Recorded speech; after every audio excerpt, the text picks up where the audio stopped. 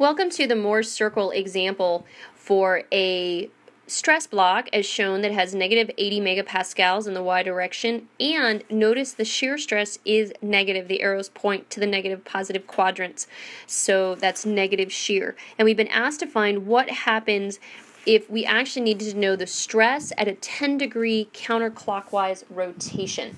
So we've identified already what our three acting stresses are: sigma y negative 80, tau x y negative 50, and sigma x equal to 0.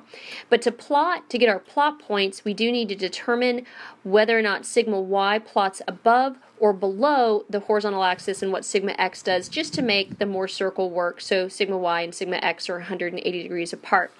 So using the method we already defined in class, and you have on the lesson 18 handout, Mohr's rules, we can see if we just look at the stresses or the shear stresses acting on y faces, they would cause the y face to rotate counterclockwise, and Mohr's rule is that means that the sigma y would then plot below. So we're going to have sigma y plotting with negative tau xy, so that's going to be equal to negative 80, plotting with negative 50, and we can see that the stresses acting just on the x face, only the shear stresses, they cause the block to rotate in a clockwise direction, and Mohr's rule of thumb is that if the shears cause a face to rotate in the clockwise direction, then the corresponding normal stress plots above. So we would have sigma x with positive tau xy, so we're going to have 0 with positive 50. And then we said it's nice to have a third point, which is just going to be our sigma average with 0, so on the horizontal line. And we know that sigma average is just our sigma x plus sigma y divided by 2, and that's going to be our negative 80 plus 0. I put those in reverse order, it doesn't matter. We get negative 40, so our final plot point is going to be negative 40, comma 0. So we can immediately come over to our plot and we can start marking the points that we know. If you can see, there's already tick marks that have been delineated, and each tick mark is worth 10 points. So we can come immediately up and start marking our point. That is our 0, comma 50, which is our sigma x prime, or sigma x, excuse me, tau xy. We also know our sigma average. So we have our sigma average equal to our negative 40. And then our last point's a little bit harder. We need to drop down from negative 80, and we need to go across from 50. So maybe we're pretty close if we're sitting about right here. And so that's going to be our negative 80, comma minus 50, which is our sigma y prime tau x prime y prime. And so now if we just connect those points together, and hopefully I picked the negative 80, 50 pretty well, so that if we connect our points, whoo, that's pretty off. We should go right through the sigma average. And so what we want to do is, that means that point should have been probably a little bit lower. So we'll try from that lower point, and hopefully that's a little bit better. Okay, so that would be the diameter of our circle, and I'm going to attempt on one try to get the circle to pass through our points. That's pretty good, so we're going to say there is our circle. So we now have our Mohr circle.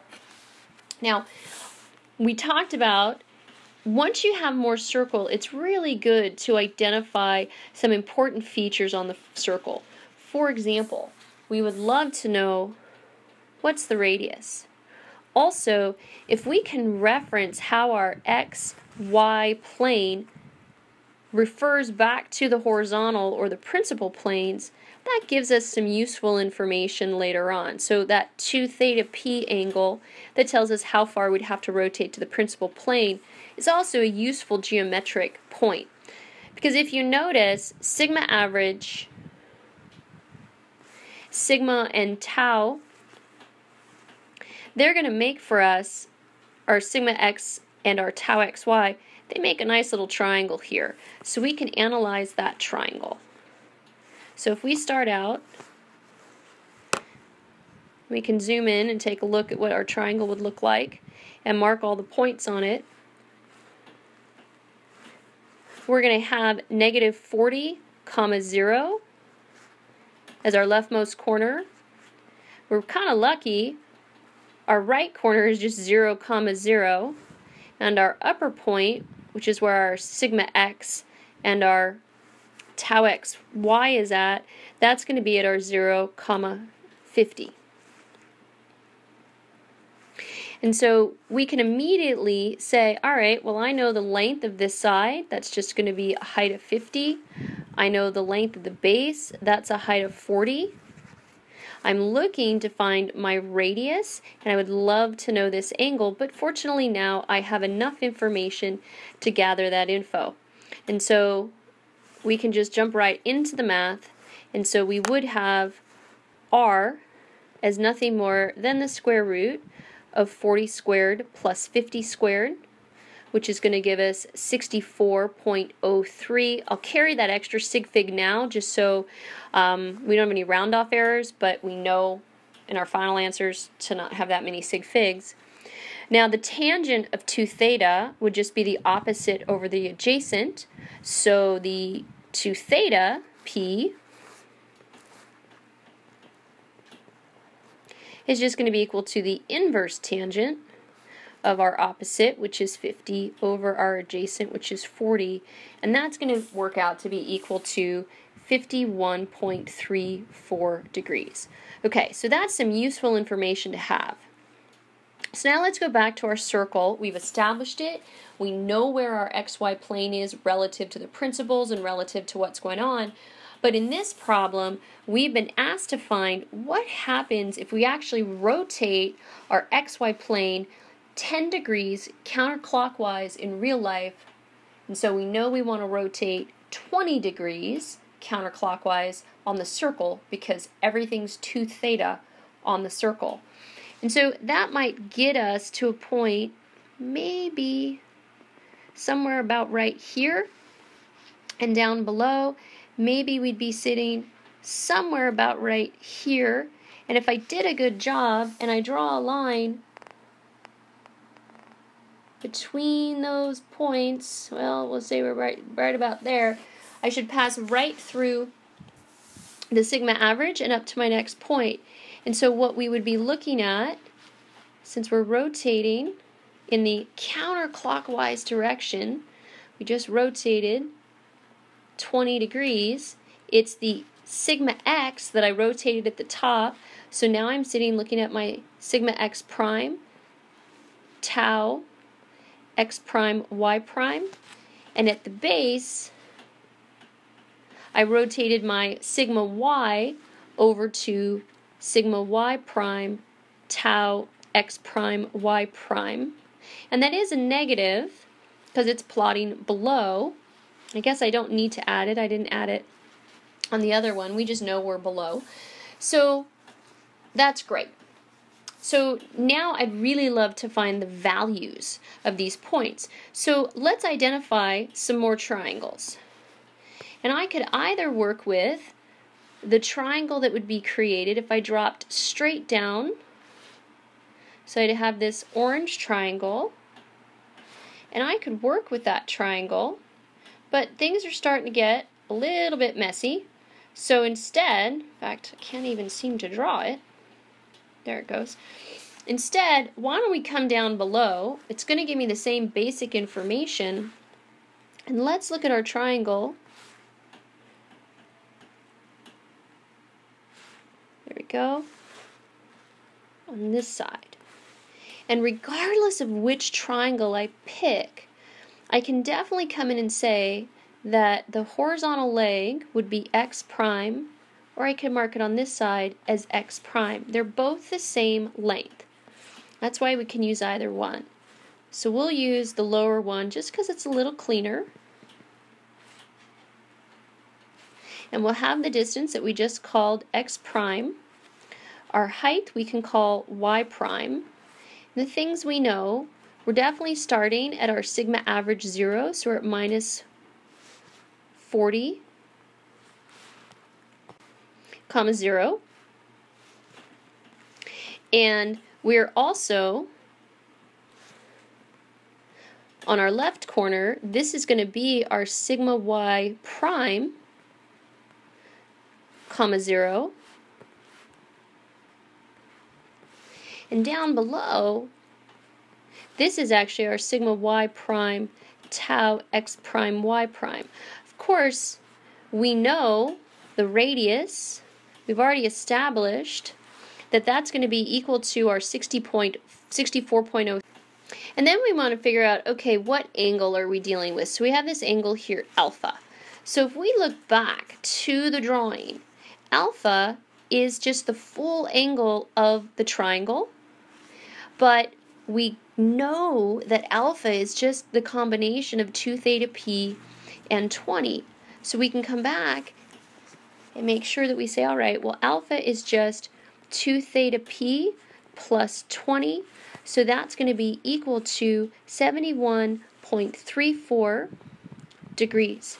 And so now if we just start working on our circle, we can say that our x prime would just be our r times the cosine of alpha.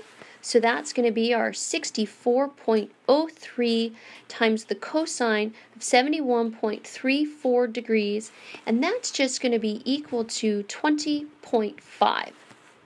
And our y prime would just be equal to r times the sine of alpha. So if we plugged in that, we would actually get back out that we have 60.7 megapascals. So now the final step is to get our sigma x's prime, sigma y prime, and our tau x prime y prime.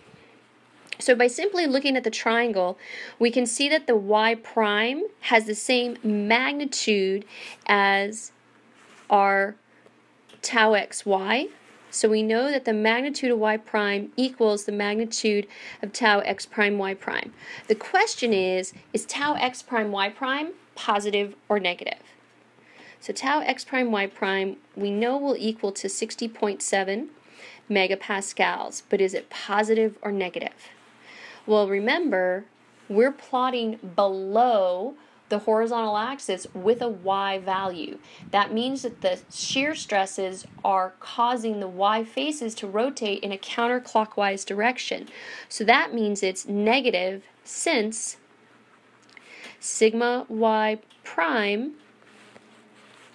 plots below the horizontal axis. So we can just come back and add a negative sign to that tau. Now to get our sigma x or sigma y prime, we can start with that. Again, we're just dealing with a number line. So we start at negative 40 and we move over a distance to the left to the x. So we just need to take our sigma average and subtract x prime from that. So we're going to have negative 40 minus 20.5. So we'll have negative 60.5 megapascals as equal to our sigma y prime. And then if we take a close look up to where we actually have on our circle our sigma x prime value, we've moved to the right a distance of x prime from our sigma average value. So all that means on a number line is that our sigma x prime would just be equal to sigma average plus x prime. So we would have our negative 40 plus 20.5. So that means that we have negative 19.5 megapascals equal to our sigma x prime. And so we now know what our stresses are on our rotated stress block that's rotated at 10 degrees counterclockwise in the real world. Thanks for watching.